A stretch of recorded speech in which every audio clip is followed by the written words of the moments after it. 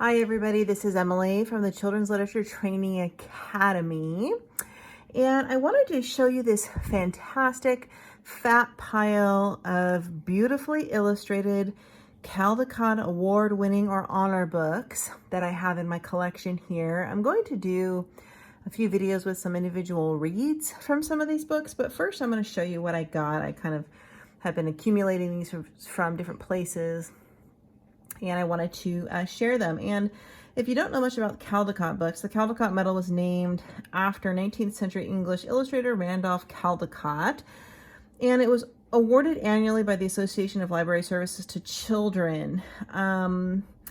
So I think it stems back to as early as 1937 when he designed the Caldecott Medal.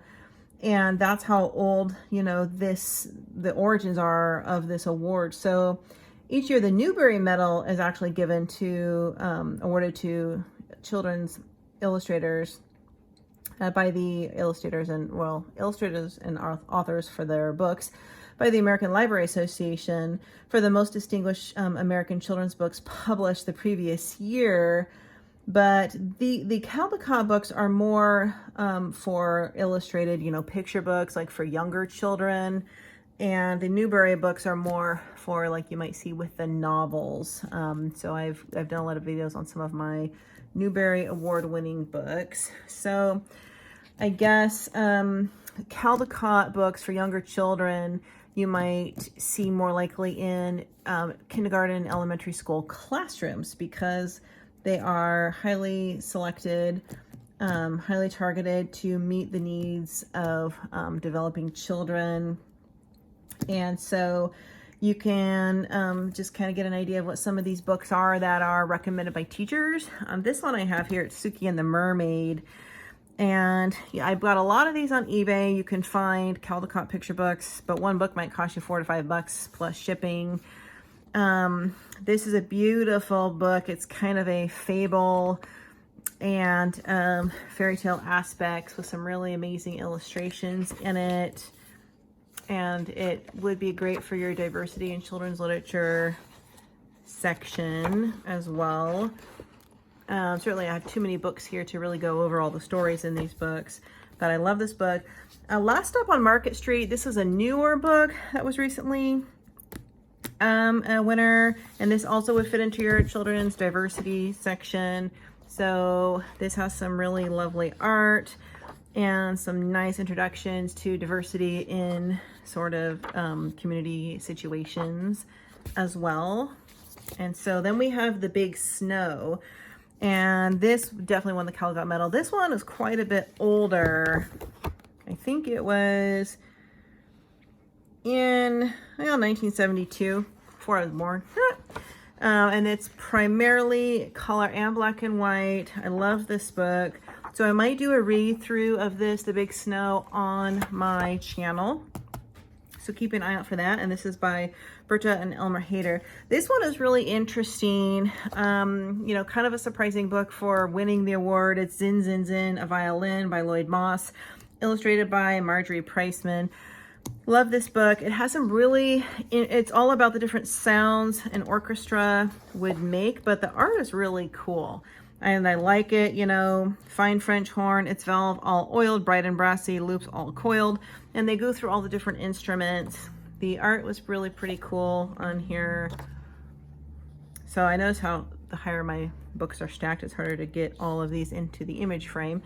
But the alliteration was lovely, and the introduction to musical instruments. This would be great to use for teaching a music unit.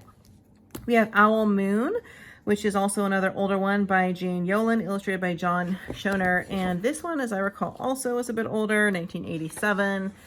Then this is about a boy and his father who go through the woods looking for owls, and it's all about sort of the sounds and the life of an owl, and sort of all of these kind of books sort of just give more appreciation to nature.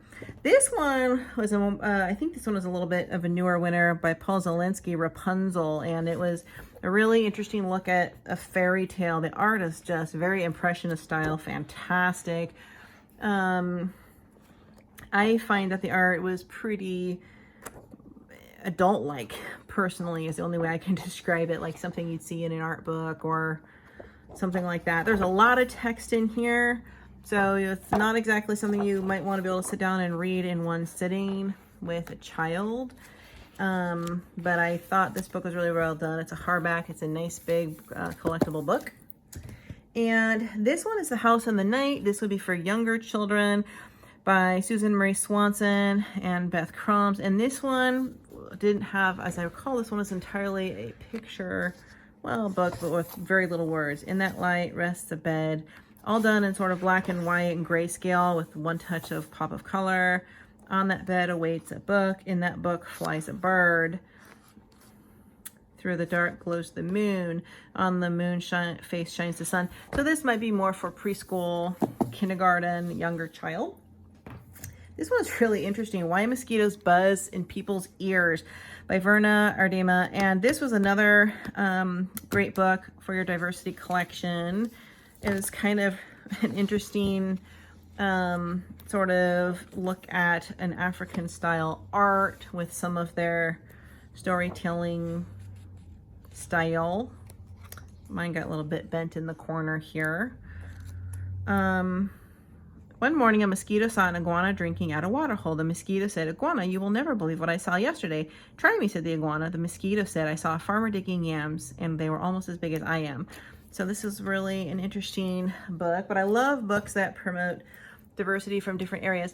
This book, I'm not sure what I think of this book. This was a Caldecott Medal Gold winner. This is Gollum by David Wyszynski. This one was a little bit like, I'm not sure what I think of it. It was just unusual. The art, a lot of text. It kind of looked kind of like comic book-ish to me as well. I actually haven't read this one yet. The images turned me off, although they're brilliantly done if you look at the texture woven into them. See, this was 400 years ago, according to a legend, a reverend Jewish teacher and scholar Rabbi Lo shaped a giant man of clay, a golem, and brought him to life. So that's the plot behind this one. So I guess I'll have to get back to you on what I think of this. Oh, I love this book. A Tree is Nice, Janice May Udry. Beautiful Caldecott winner book. I'll go ahead and do a read-through of this one as well. Really short, but lovely, lovely drawings. This is Officer Buckle and Gloria by Peggy Rathman.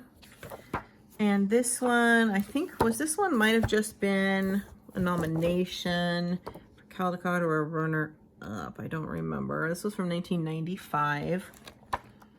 And it had some really neat kind of very entertaining illustrations of sort of the school environment. Kind of a fun book. So you can check that out. Duke Ellington, I wanted to show you, there's two books. Pinky. Yeah, two books by I guess the names, oops, sorry, my camera's being a little bit of a pain in the tuchus. The Faithful Friend and Duke Ellington by Andrea Davis Pinky and Brian Pinky.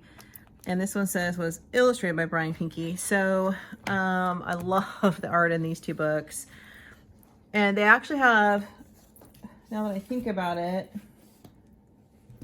did they do art on Suki and the Mermaid? Yep. Oh, I knew it. Brian Pinckney. I could tell by the style of art, I just realized.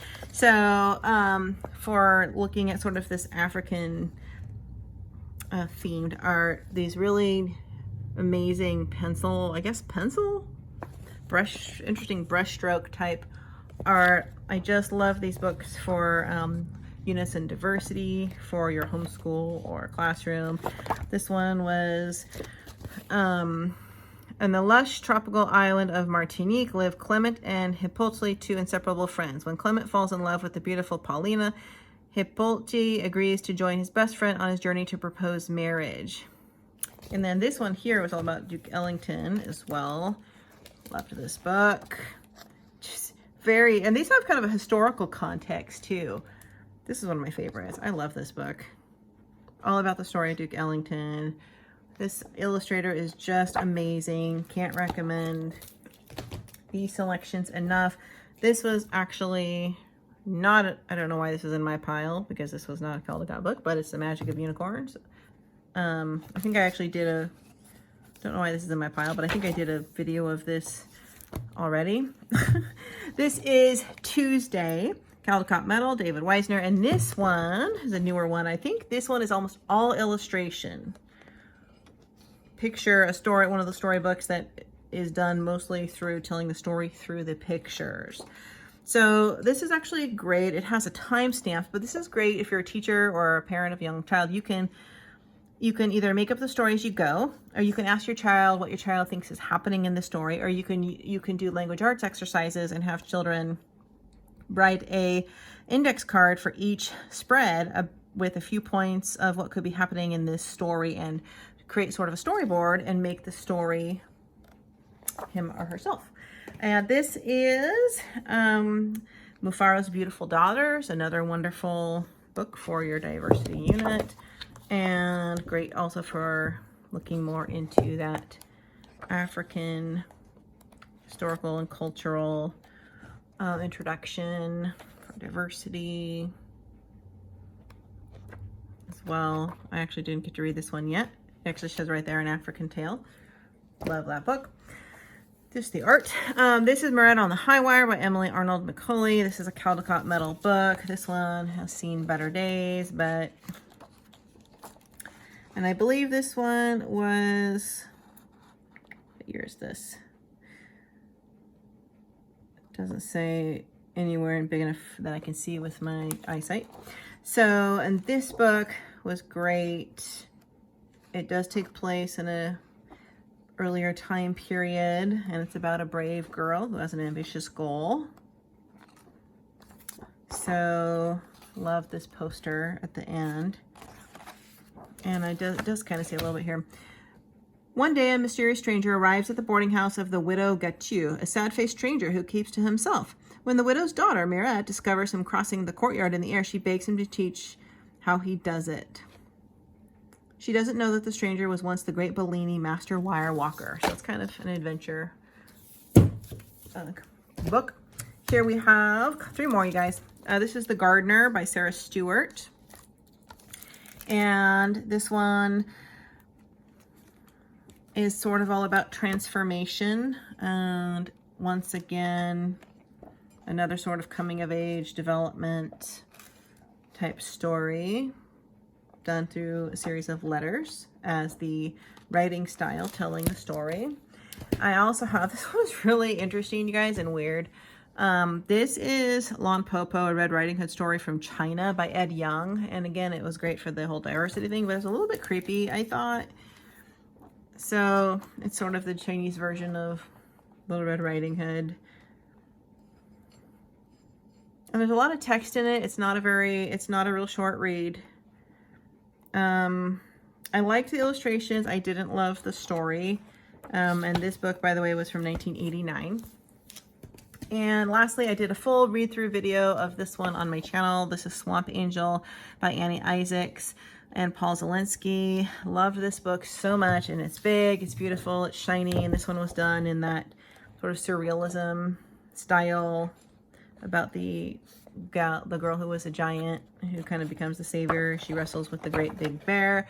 Checked out that video on my channel if you want to see a whole read-through. Okay, so that's my latest haul of Caldecott picture books, you guys, and I will do some individual reads as I get through them. Thanks for watching.